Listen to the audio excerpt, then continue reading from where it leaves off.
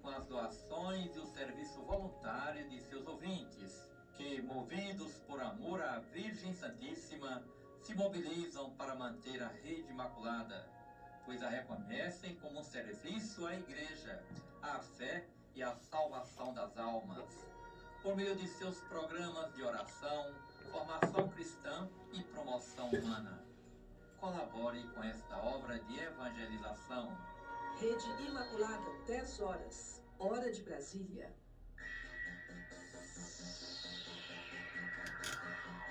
Você está sintonizado em ZYL 401, Rede Imaculada, 94.5 FM, Brasília, Distrito Federal, semeando a paz pelas ondas do rádio.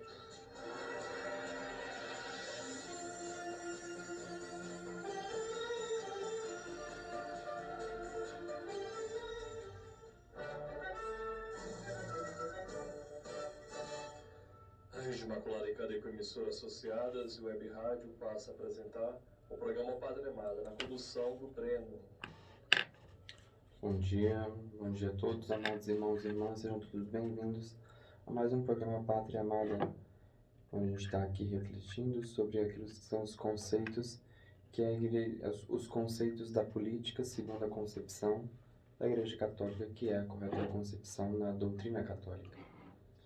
E olhando sempre esses conceitos, vendo como que a Igreja Católica vê a política em sua execução daquilo que é o ideal dela, né? Aquilo que é a prática da política e como ela deveria ser. Como todos sabem, a gente sempre costuma iniciar o programa dedicando e consagrando ele ao coração imaculado da bem-aventurada sempre Virgem Maria. Ave Maria, cheia de graça, o Senhor é convosco. Bendita sois vós entre as mulheres, e bendito é o fruto do vosso ventre, Jesus.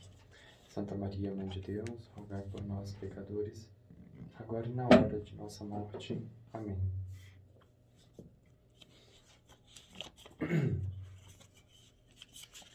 Dedicação, oração e oferecimento do dia.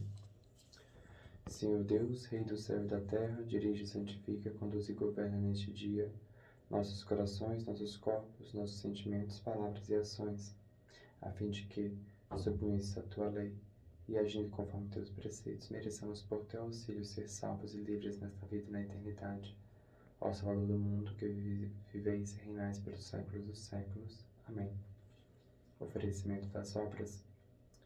Nós vos rogamos, Senhor, que prepareis as nossas ações com a vossa inspiração e as acompanheis com a vossa ajuda, a fim de que todos os nossos trabalhos e orações em vós comecem sempre e convosco acabem por Cristo, Senhor nosso.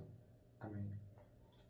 Ó minha Senhora, ó minha Mãe, eu me ofereço toda a vós e em prova de minha devoção para convosco, vos consagro neste dia meus olhos, meus ouvidos, minha boca, meu coração, inteiramente todo o meu ser.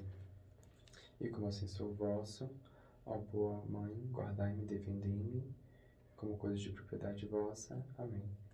Santo anjo do Senhor, meu zeloso e guardador, se a ti me confiou a piedade divina, que sempre me rege, me guarde, me governe e me ilumine sempre.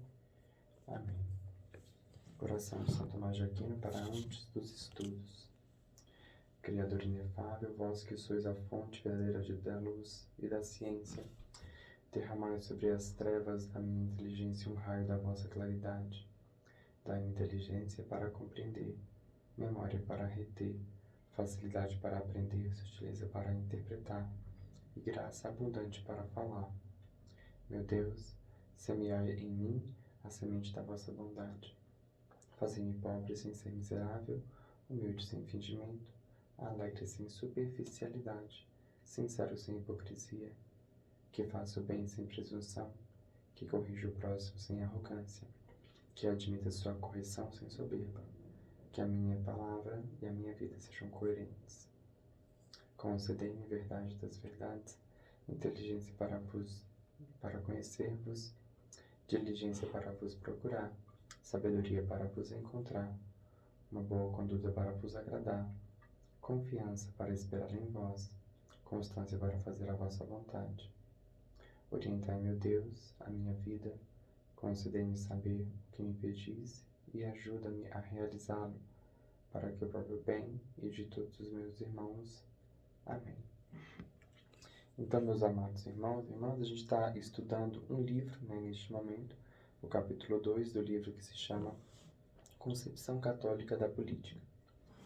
O capítulo 1, ele faz todo o desdobramento acerca daquilo que é o enquadramento da política dentro daquilo que é o campo da moral.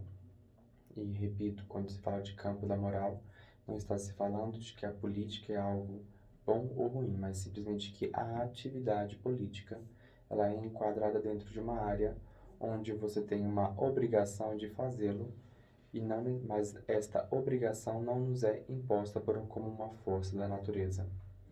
As obrigações morais são justamente aquelas obrigações que têm esse tipo de natureza, ou seja, você pode violar esta lei, mas não necessariamente sem antes violar aquilo que é a sua essência. Mas são leis que podem ser violadas, ao contrário, por exemplo, das leis da força da natureza que não podem ser violadas. As leis morais, elas existem e devem ser respeitadas como uma obrigação moral, não como uma obrigação natural, como, por exemplo, a alimentação, a higiene, essas coisas. Muito bem. Nesse sentido, então, né, ele avança no capítulo número 2, e no capítulo 2 ele vai falar então um pouquinho acerca daquilo que é a natureza, a condição e o alcance da soberania. E ele começa, inclusive, falando acerca daquilo que é a problemática de como que se dá essa soberania. O padre Júlio Manvielli, que é o autor do livro, né, Júlio Manvielli, ele fala justamente de uma problemática que vem naquele momento, está muito viva na igreja. Lembrando que nós tivemos alguns papas que antecederam o padre Júlio Manvielli e que buscaram com muita ênfase combater os erros do modernismo, que aqui a gente não vai aprofundar nisso. E dentre estes erros estão todos aqueles pensamentos que deram origem àquilo que foi a Revolução Francesa. Mas também temos que pensar naquelas circunstâncias em que se fizeram acontecer a Revolução Francesa, tendo em vista que a consolidação do Estado francês se deu por ação de muitos membros da Igreja Católica, como, por exemplo, o cardeal Richelieu.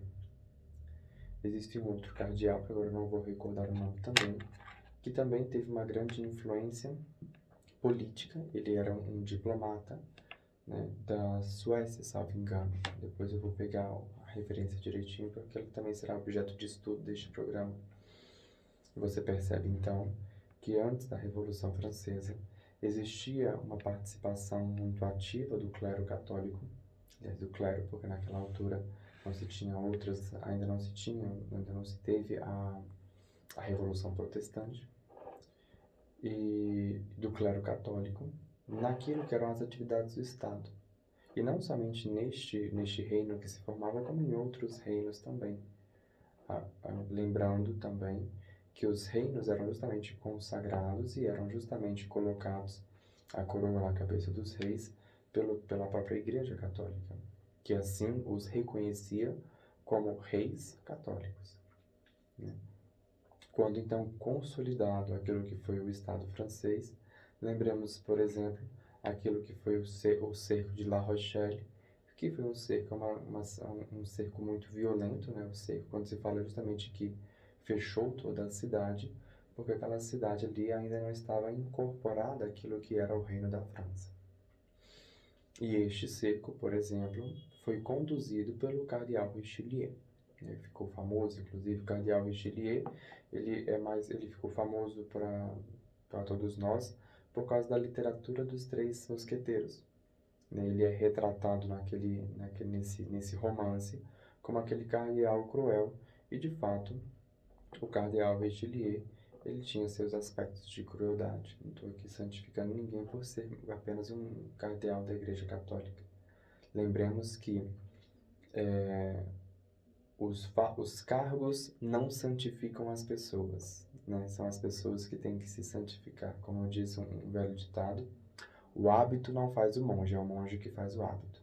Esse é um ditado que tem dentro dos monastérios, dentro dos conventos, né? O hábito não faz o monge. E o hábito que ele está se referindo aqui não é o hábito do habitual, mas o hábito traje, o traje do monge, né? O traje do religioso, a veste do religioso não faz o religioso, mas o religioso é que faz a sua veste, ou seja, é a conduta da pessoa que dignifica aquilo que é o seu cargo, que dignifica aquilo que é a sua veste sacerdotal, aquilo que é a sua veste enquanto sacerdote, que é a veste que dignifica a batina, que dignifica o hábito do monge, né?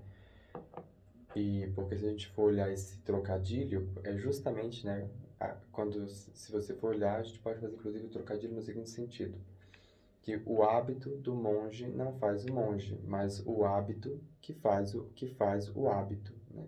Em que sentido? Aquilo que é o hábito, ou seja, aquilo que é o comportamento do monge, é que de fato constrói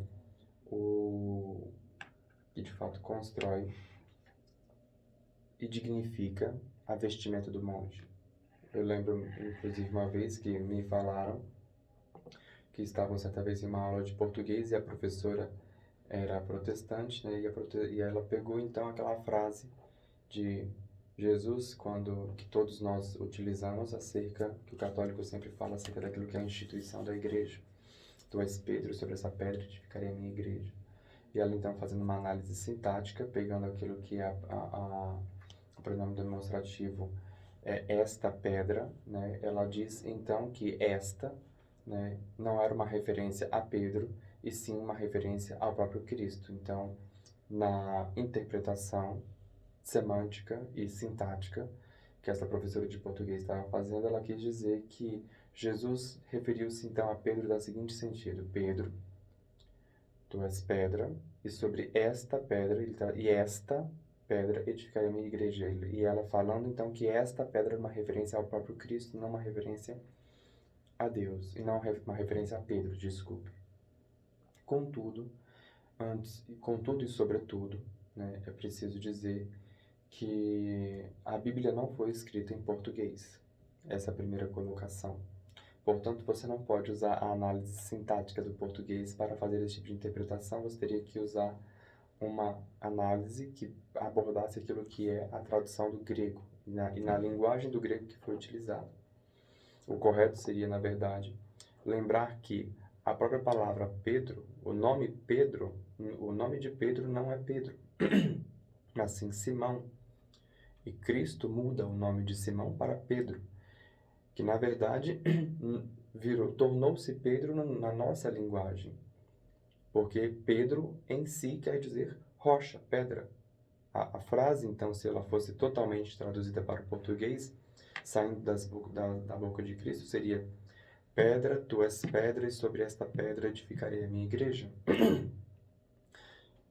Uma locução acerca daquilo que se faz. Então, voltando aqui um pouco dessa divagação, né, mostrando aí como que as coisas estão, mas eu também não me espanto, porque certa vez eu ouvi dizer que nós não poderíamos dizer que Jesus nasceu em Belém, porque em Belém chove nessa época do ano, então não tinha estrela. E eu falei, olha, é um pouco complicado explicar isso, porque na verdade a gente não está se referindo a Belém do Pará, e sim a Belém, Nazaré.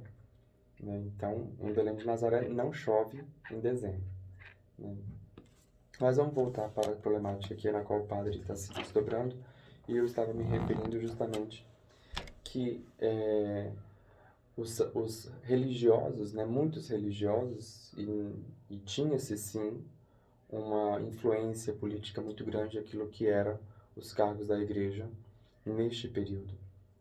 E é interessante falar porque quando a gente está falando desse período, nós não estamos falando de países, né? Esses dias, inclusive, estava na Santa Missa e tinha um trecho lá, se eu não estiver enganado, era justamente o trecho do Êxodo. O trecho do Êxodo, agora eu lembrei, porque falando quando acerca da fome no Egito, foi de quarta-feira essa leitura, falando acerca da fome no Egito, e então usa-se o termo, né, no texto bíblico de que os países foram até José, né, os países, né? E eu achei interessante porque, na verdade, o termo correto seriam povos, né? Apesar de que eu não sei qual foi a expressão hebraica que se utilizou ali para poder se enquadrar esse termo. E por que isso é importante quando você está fazendo essa leitura? Porque você não tinha uma noção de país, de pátria, de nação, de patriotismo, como por exemplo a gente tem esse programa cujo nome é Pátria Amada. Naquela época, em José do Egito, você não tinha uma noção fronteiriça, você não tinha uma noção acerca daquilo que era soberania.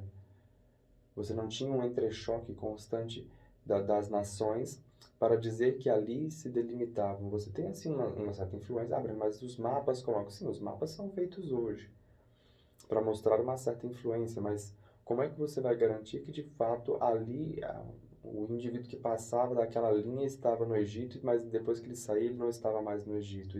Essa concepção não tinha naquela época, mesmo porque eles nem tinham um domínio cartográfico tão amplo tão preciso quanto nós temos hoje, né? Muito pelo contrário, eles tinham os limites, né? A cartografia, que inclusive os mapas eram tidos como sigilosos, e sigilosos porque eles eram de fato armas, né?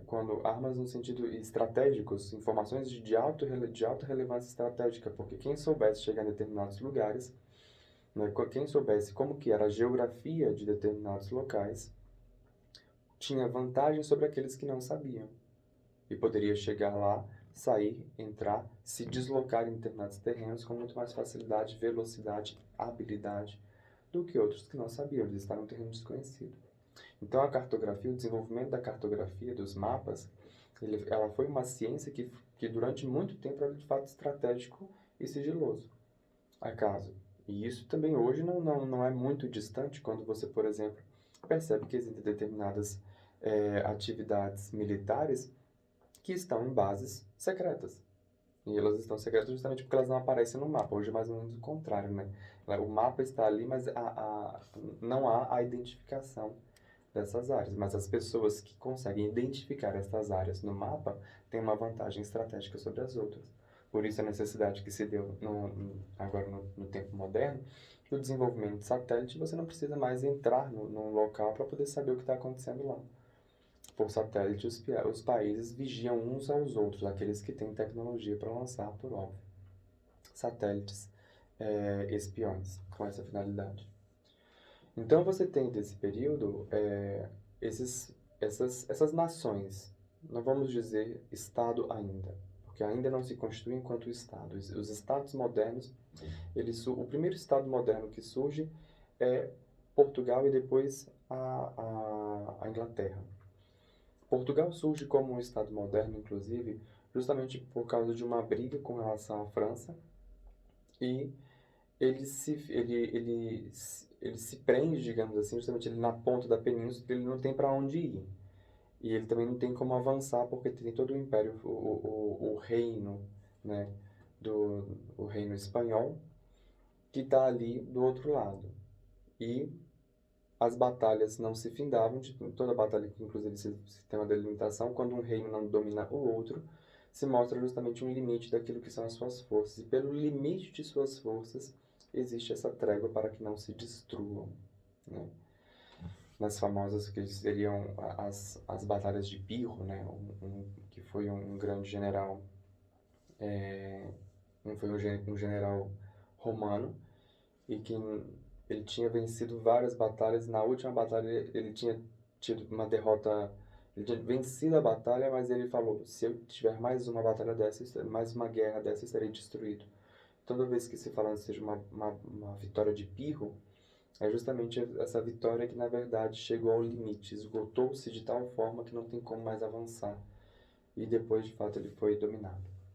Então, essas nações que estão se formando, né, e ali você tem aquilo que é a influência de cargos da Igreja Católica. E essa mistura, e não obstante, os pensamentos que começam a surgir por volta de 1760, 1730, começam a surgir os pensamentos liberais. Mas pensamentos liberais não somente sobre o aspecto daquilo que é uma filosofia livre ou livre de Deus. E não somente ateísta, mas também, principalmente, né, Kant, Hobbes, Rousseau, Robespierre foi o líder da Revolução Francesa.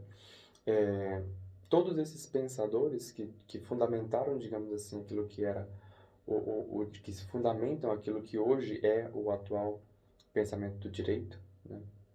E a gente surge hoje, todo mundo falando acerca do Estado Democrático de Direito. Todo mundo acha que não, isso fere o Estado Democrático de Direito, isso fere a democracia. Só que eu quero lembrar a todos que estão me ouvindo neste momento, que quando essas palavras elas surgem no noticiário, vocês ouvem essas notícias, né? Elas se tornaram um jargão tão gasto que elas perdem o seu sentido daquilo que elas de fato são. O que é o Estado Democrático de Direito? O que é a democracia? Ao mesmo tempo que se fala nisso como um valor muito grande, toda vez que alguém fala que isto fere a democracia, e hoje qualquer um fala isso fere a democracia, né? Tanto de um lado quanto de um outro, o ministro do STF falando que isso fere a democracia, o presidente falando que isso fere a democracia, os membros de partidos falando que isso fere a democracia.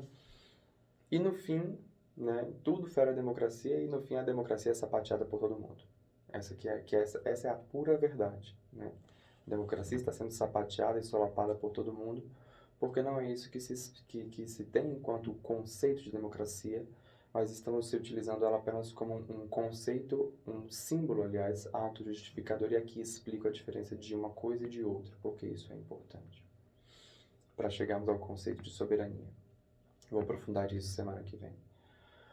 Um conceito é aquilo que envolve a realidade concreta daquilo que significa entre significado e significante. Ou seja, quando eu falo que a água é líquida, assim, eu estou retratando aquilo que são as características e princípios da água. Quando eu falo que a Revolução Francesa foi uma revolução que buscou destronar a monarquia e colocar a burguesia no seu poder. Então, quando você olha a burguesia que assumiu o poder na França, essa burguesia foi justamente parte daquela monarquia que estava antes. Então, inclusive, hoje, se você for olhar quem são os milionários franceses, boa parte dos milionários franceses são duques, marqueses, tem um monte de título lá. Então, peraí, essa Revolução Francesa, ela não necessariamente fez isto que ela disse que fez. Da mesma forma, por exemplo, se nós pegarmos aquilo que foi a Revolução de 1917 na Rússia, a Revolução Comunista de 1917. Se diz conceitualmente não, se diz de forma simplificada que o Partido Comunista da Rússia assumiu o poder em nome da causa operária. Os trabalhadores assumiram o poder na Rússia. Pois bem, quando você se pergunta então quantos trabalhadores, quantos operários faziam parte do partido, do Comitê Central do Partido Comunista Russo, não tinha nenhum. Então, calma. Então, o que é o símbolo autojustificador? A grosso modo, para que todos possam entender, símbolo autojustificador é a famosa desculpa, é o famoso pretexto, é a famosa... o que a gente vai inventar para convencer as pessoas a fazerem aquilo que a gente... Para, primeiro, justificar o que nós vamos fazer e convencer as pessoas a estarem conosco. Então, no caso, por exemplo, a gente vai inventar aqui uma causa operária, e em nome dessa causa operária, né, é óbvio que não foi tão simplista como eu estou aqui relatando. Mas por que eu estou dizendo que ela não é original? Porque quando, por exemplo, Karl Marx fala aqui, ele conclui que o trabalhador era a única pessoa capaz de compreender o sentido e o significado da história, ele não poderia ter chegado a essa conclusão porque ele não era um operário. A própria afirmação dele contradiz, em essência, aquilo que ele é. Porque se somente o trabalhador pode chegar a compreender aquilo que é o sentido da história, ele, enquanto professor, enquanto estudioso, enquanto sociólogo, não pode chegar a não pode conseguir compreender isso. Então, se ele não pode conseguir compreender isso, como é que ele estava conjecturando aquilo que é apenas um operário? Ele teria que pegar um operário e falar para o operário escrever a obra dele. E não foi o que aconteceu. Então, na verdade, isso trata-se de um símbolo autojustificador. E hoje, inclusive, nós temos vários símbolos autojustificadores dos dois lados. Eu estou citando aqui um símbolo autojustificador à esquerda, mas eu posso citar aqui também um símbolo autojustificador à direita, como, por exemplo, o cristianismo. E aí você pode estar até um pouco chocado, vendo como assim um símbolo autojustificador? Como eu falei para você, o símbolo autojustificador não quer dizer que aquilo que está no símbolo autojustificador seja falso. Porque a causa operária, ela não é uma causa falsa, ela é uma causa justa. Os operários precisam ter dignidade de trabalho na sua lida diária. Então, e a harmonização da relação patrão-empregado. A gente, inclusive, estudou bastante isso na Carta Rerum Novarum do Papa Leão XIII. É uma causa justa. E aí, então, da mesma forma, o cristianismo também é uma causa justa. Mas quando ele se torna um símbolo autojustificador, ou seja, ele se torna uma desculpa para se alcançar o poder. É isso que eu estou falando, é isso que eu estou me referindo. E a pessoa usa do símbolo autojustificador para convencer as pessoas a dar o poder a ele. Assim como também o conservadorismo se torna um símbolo autojustificador na medida em que a pessoa que ocupa o poder e se diz conservador não tem em sua compostura comportamentos cristãos e conservadores. Assim como também o combate à corrupção. Pronto, já citei 3 símbolos autojustificadores que atualmente estão permeando aquilo que é e hoje, sim, estão permeando isso. E são todas elas causas justas. Tanto, de um lado, né, a defesa, inclusive, do ser humano em todas as suas condições, por exemplo, é a pauta que justifica aquilo que é a defesa das minorias. E todo mundo há de convir, e não há ninguém dentro da Igreja Católica ou fora dela, que vai dizer que você não tem que dar o devido respeito e a dignidade à pessoa humana a todas as pessoas, independente de qualquer coisa, independente de suas próprias escolhas. Você tem que dar a ela o devido tratamento. Independente de qualquer coisa, você tem que dar a ela o seu devido tratamento. Então, todas essas causas, excetuando-se o aborto, digamos assim, que é de fato uma degenerescência da humanidade, né? E é colocado justamente, ele é colocado como uma defesa de um direito não é de uma minoria no sentido de, porque as mulheres são maioria, mas no sentido de não ter a força política que deveriam ter.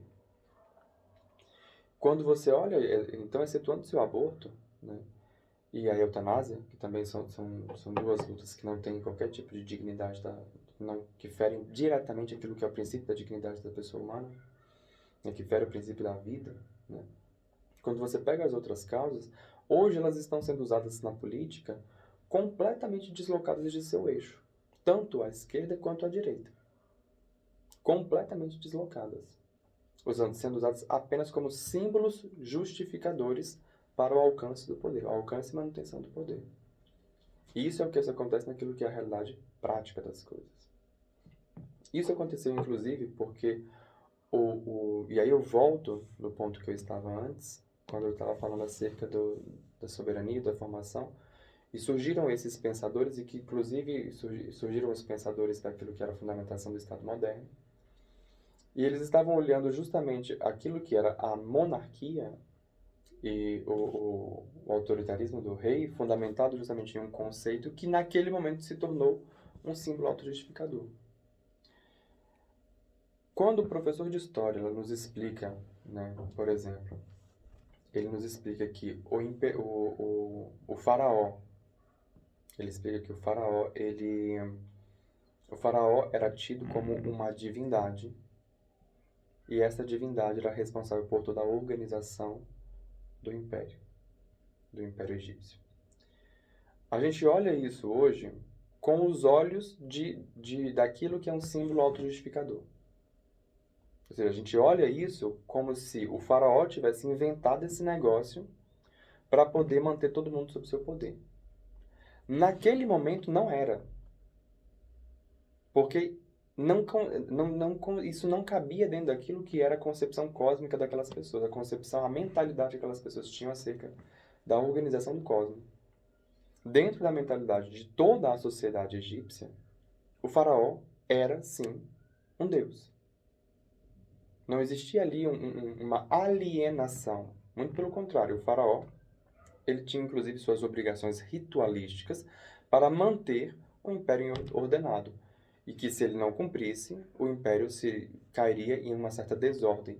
E isso acontece não somente por causa da ritualística, mas principalmente por causa daquilo que é um processo eu esqueci o nome, que é o consciente coletivo, o consciente e o inconsciente coletivo, que estavam ali justamente alinhados e que quando ele não realizava aqueles rituais, isso afeta a coletividade em termos da sua consciência, ou seja, é como se você, sabe quando você tem uma espécie de superstição, né? Sei lá, você tem uma superstição de que se você não sair de casa com um chaveirinho da sorte, acontece coisa ruim, e quando você esquece, você começa a observar coisas ruins e de alguma forma sua mente projeta isso e você então, sei lá, tropeça na rua, sofre um acidente e na sua concepção foi porque você não levou o seu chaveirinho.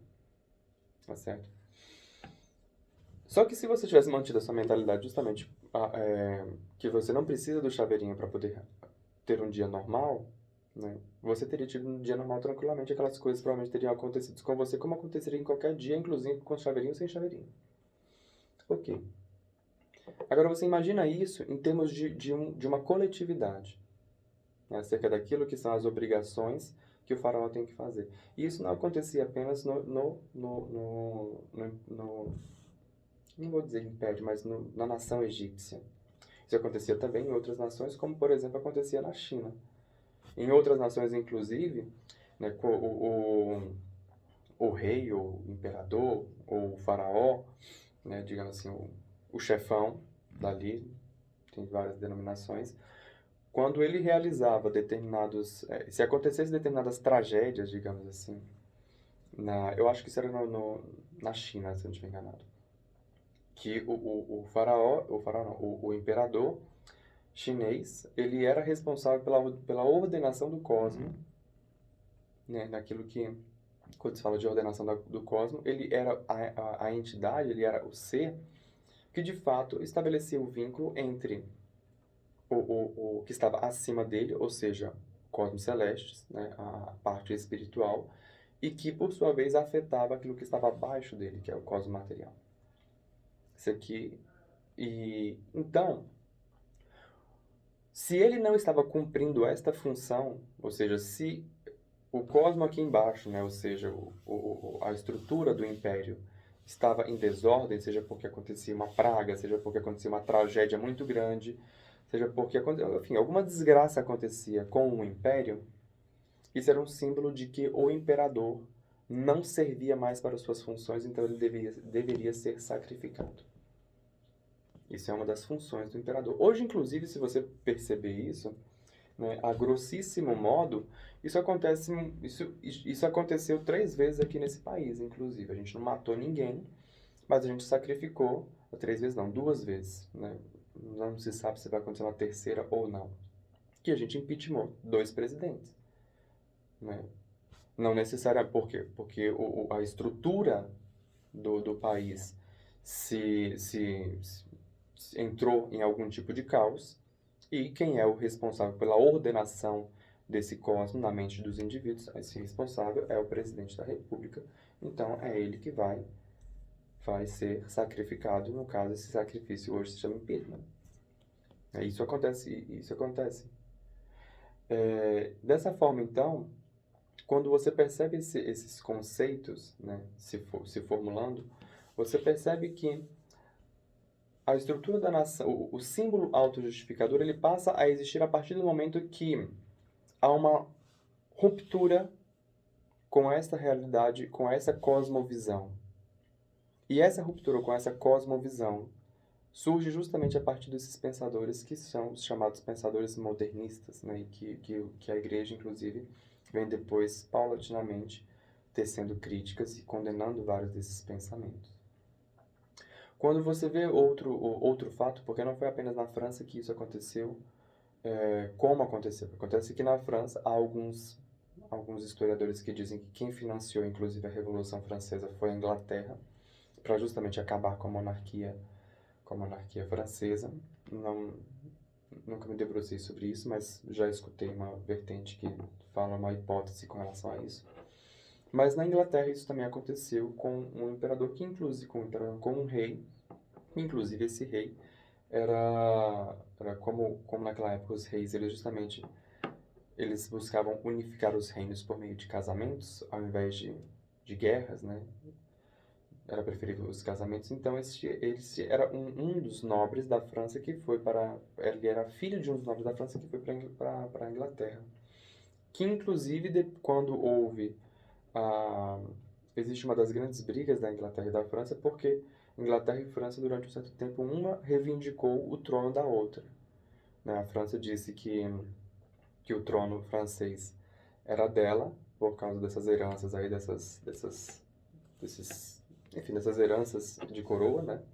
Essas sucessões, dessas linhas sucessórias cruzadas. E a Inglaterra também já disse, a França já disse que o trono inglês era dela, e a Inglaterra já disse que o trono francês era dela por várias vezes. Já reivindicaram o trono para si. Fato é que o rei Carlos I, né, foi dentro justamente isso, ele favoreceu a França em algumas coisas, e ele então foi julgado e condenado pelo povo à morte, e ele disse que no julgamento dele ele se defendeu dizendo que apenas Deus poderia julgá-lo, a cosmovisão dele, que é justamente uma cosmovisão, existe uma ruptura e o povo então disse, pois bem, então vai se entender com o próprio Deus. E aí matam ele, degolado, assim como também o rei da França morreu na guilhotina. Este acho que morreu com uma machadada no pescoço. Você mostra justamente essa ruptura acerca deste pensamento que existia anteriormente, desse tipo de cosmovisão, né? E mostra o surgimento de uma nova cosmovisão baseada naquilo que é o respeito dos seus súditos. Formando então estes pensamentos, que é justamente os pensamentos que o padre Júlio Mainvielle aqui vai tecer as suas críticas, porque ele está justamente vendo o surgimento, e ele diz assim, eu vou repetir isso porque isso aqui, inclusive, eu cheguei a mencionar semana passada aqui, ó. É preciso chegar à época moderna onde a inteligência desviada do seu objeto próprio, que é a consideração do ser, move-se vertiginosamente no vazio, para encontrar uma infinidade de entes absolutos que fabrica o homem e se chama, então, Estado, Direito, Povo, Soberania, Democracia, Liberdade, Ciência, Humanidade, etc. Eu vou explicar essa frase aqui novamente. É preciso chegar à época moderna, onde a inteligência do homem, desviada do seu objeto próprio. O que é a inteligência do homem desviada do seu objeto próprio? Ele explica o que é esse objeto próprio. Que é a consideração do ser. Mas o que se trata a consideração do ser? A consideração do ser é considerar, e aqui não é somente o ser humano, mas aqui é a consideração daquilo que são os entes, dentro daquilo uma perspectiva da filosofia tomista e aristotélica. E considerando aquilo que são as 4 causas da qual nós já falamos, causa eficiente, causa formal, causa material e causa final. Essas 4 causas definem aquilo que são as notas essenciais e resumem então qualquer ente. E ente pode ser um celular, pode ser um lápis, pode ser uma pessoa, pode ser um cachorro, pode ser um vidro, pode ser inclusive uma parte do corpo humano, a mão. O ente. Onde será definido essas 4 coisas. E a partir disso, então, você chega àquilo que são as suas finalidades. E a partir daquilo que é a finalidade, você então chega àquilo que é a conclusão moral para a qual aquela coisa deve ser utilizada, para a qual aquele ente deve ser utilizado. Seja na sua integralidade, seja em sua parte. Desde um dedo, olho, né, coisas e pessoas. Então você não vai usar aquelas coisas desviando delas das suas finalidades, que você conseguiu chegar a partir da observação da sua racionalidade. Por isso a racionalidade é tão importante, ela é mencionada várias vezes, tanto nesse livro como em Santo Tomás de Aquino. Move-se vertiginosamente no vazio, ou seja, quando ele fala move-se vertiginosamente no vazio, ele está querendo se referir àquilo que é o ateísmo. Porque a grande preocupação tanto da Igreja Católica, quando combateu todos esses erros, como também do padre Júlio Menvielli, que está aqui falando acerca destes erros da modernidade, é justamente que o fruto, a origem desses pensadores, a origem desses pensamentos, eles têm, a origem desses pensamentos vem de pessoas que são ateus. E eles consideram, então, que todo este pensamento, por ter vindo de pessoas ateias, não pode ser levado em consideração, estão maculados de erro. Né? Este é o que versa sobre isso. E aí ele fala, então, movendo-se vertiginosamente no vazio para encontrar uma infinidade de entes absolutos que fabrica o homem e se chama Estado, Direito, Povo, Soberania, Democracia, Liberdade, Ciência, Humanidade, etc. Quando o padre Júlio Menvielli aqui, ele não aborda esse termo, símbolo autojustificador, mesmo porque este termo não se aplica à época que ele está escrevendo. Mas ele está dizendo aqui, na verdade, que todas essas palavras são meros símbolos autojustificadores para o alcance e para a manutenção do poder. Ou seja, ele não está falando em si do conceito, ou seja, conceito. O conceito é aquilo que passa completamente, que abrange completamente, que encerra completamente aquilo que é um ser, digamos assim, um ente. Ele fecha tudo aquilo e expressa a realidade concreta daquilo que é o ser, e não aquilo que é a utilização deste conceito para o alcance do poder, como uma justificativa. Por isso que se fala que é um símbolo autojustificador. Então ele está falando aqui que quando a mente corre no ateísmo, ou seja, a mente livre de qualquer tipo de valores morais, encontra uma infinidade de entes, ou seja, uma infinidade de conceitos autojustificadores, chamados Estado, Direito, Soberania, Democracia, Liberdade, Ciência, etc. É isso que ele está se referindo aqui. Esses conceitos autojustificadores vão servir justamente para dar, por exemplo, razão àquilo que foi a morte de freiras, padres e religiosos na Revolução Francesa. E não somente na Revolução Francesa, em diversas outras religiões, em diversas outras revoluções. Na Revolução Comunista, a Revolução Chinesa, a Revolução Maoísta Chinesa, a Revolução de Pol Pot no Vietnã, né, a Revolução da Coreia do Norte.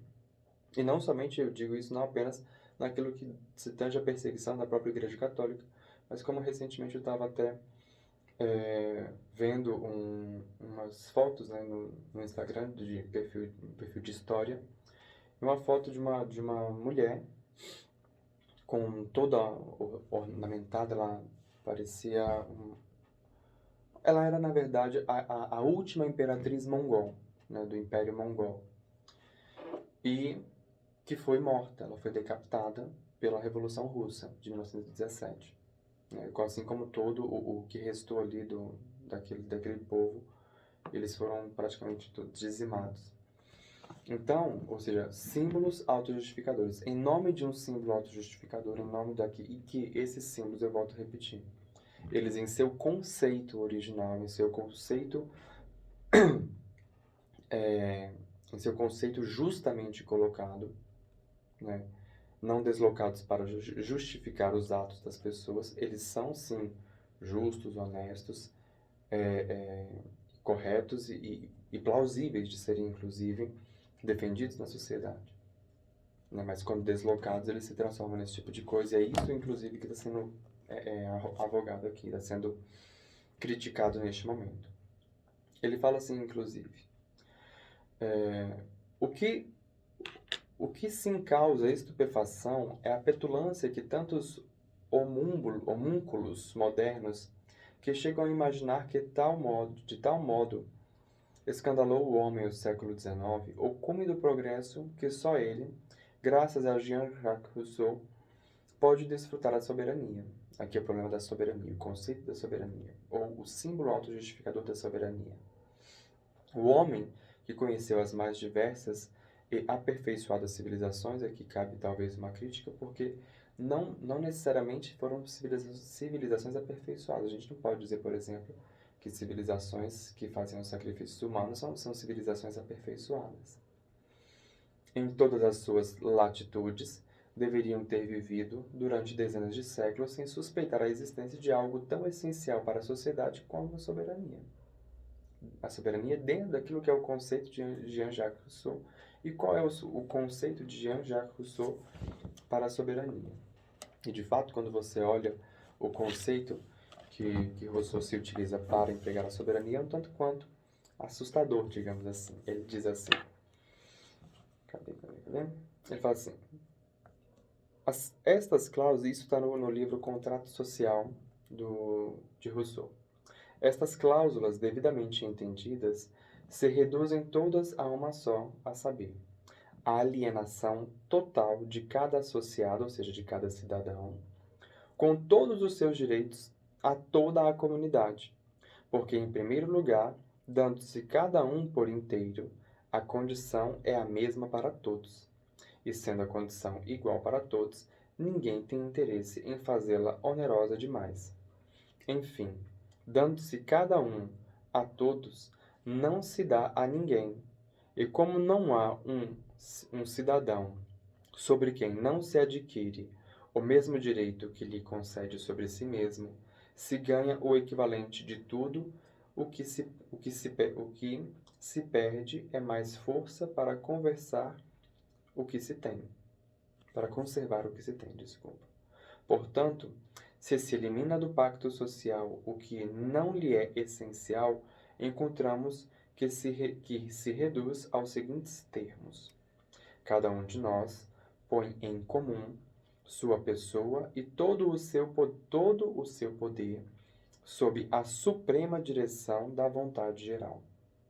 E recebemos demais a cada membro como parte invisível do todo. E aí surge então este termo aqui que se chama vontade geral.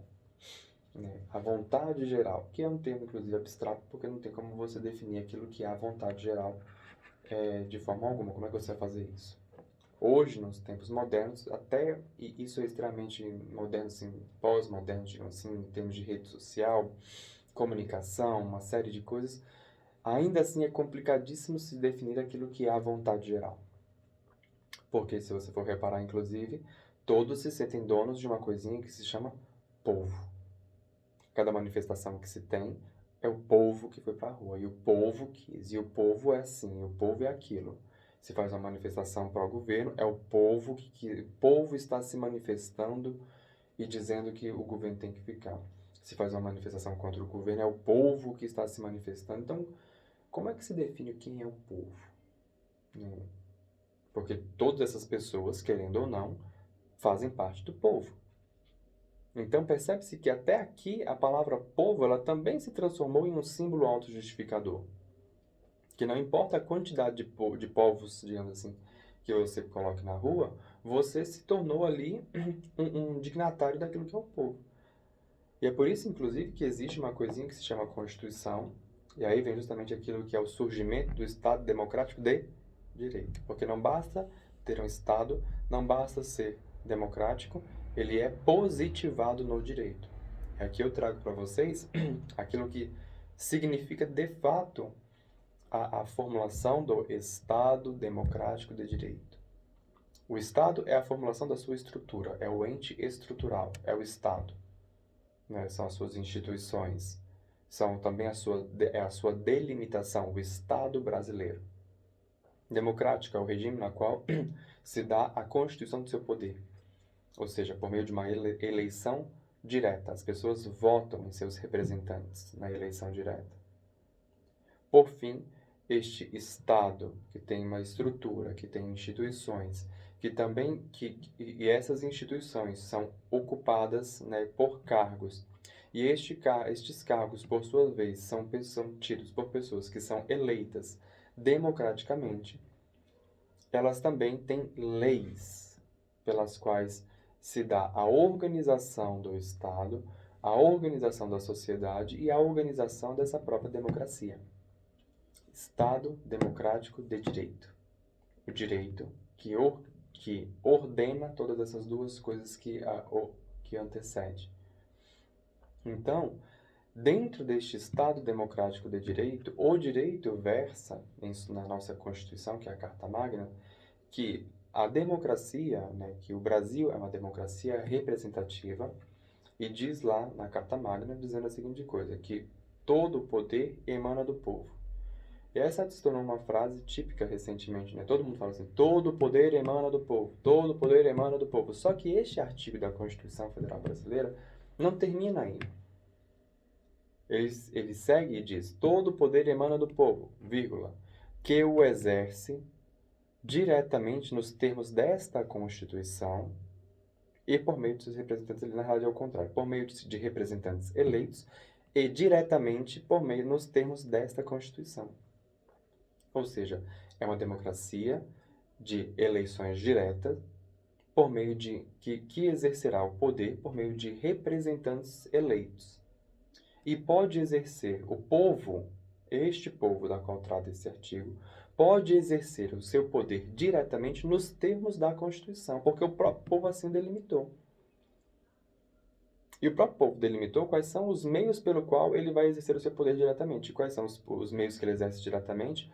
Plebiscito, proposta de lei, na qual tem lá, inclusive, a forma na qual o povo pode propor lei. Está tudo escrito lá. E o desrespeito a estas coisas constitui aí sim uma afronta àquilo que nós começamos dizendo, né? Uma afronta àquilo que é o Estado democrático de direito. Se você fere, por exemplo, aquilo que são a estrutura do Estado, ou seja, o Estado é composto por suas instituições, que inclui o exército, que inclui as fronteiras, etc. Quando você afronta contra a harmonia dessas instituições, você está afrontando contra o Estado, você está fazendo uma afronta contra o Estado brasileiro. É essa harmonia que, inclusive, está prevista na própria Constituição, que é o direito. Quando você faz uma afronta àquilo que são os regimentos estatutários legais, da forma com que a democracia ela é exercida, em termos de voto, em termos de liberdades dos indivíduos, né, que é, por sua vez, estabelecido naquilo que é o direito, você está fazendo uma afronta ao Estado democrático de direito. E quando você, por fim, faz uma tentativa de afrontar aquilo que é o direito que versa sobre essas duas outras coisas, né, sendo que quando você afronta cada um desses dois primeiros pilares, você já está afrontando o terceiro, né, que é o direito, você também está afrontando o Estado democrático de direito. Então, a gente tem que sempre levar em consideração que a grande crítica que a Igreja Católica tece e teceu durante esse período com relação aos pensadores daquilo que é chamado tempos modernos, né? Os erros da modernidade, é justamente porque ela tem que os princípios desses autores eram princípios ateus. Só que foram estes princípios que até agora nos legaram aquilo que é o Estado democrático de direito na qual nossa sociedade está convivendo. E na qual, inclusive, a própria Igreja atesta que estas autoridades não podem ser afrontadas.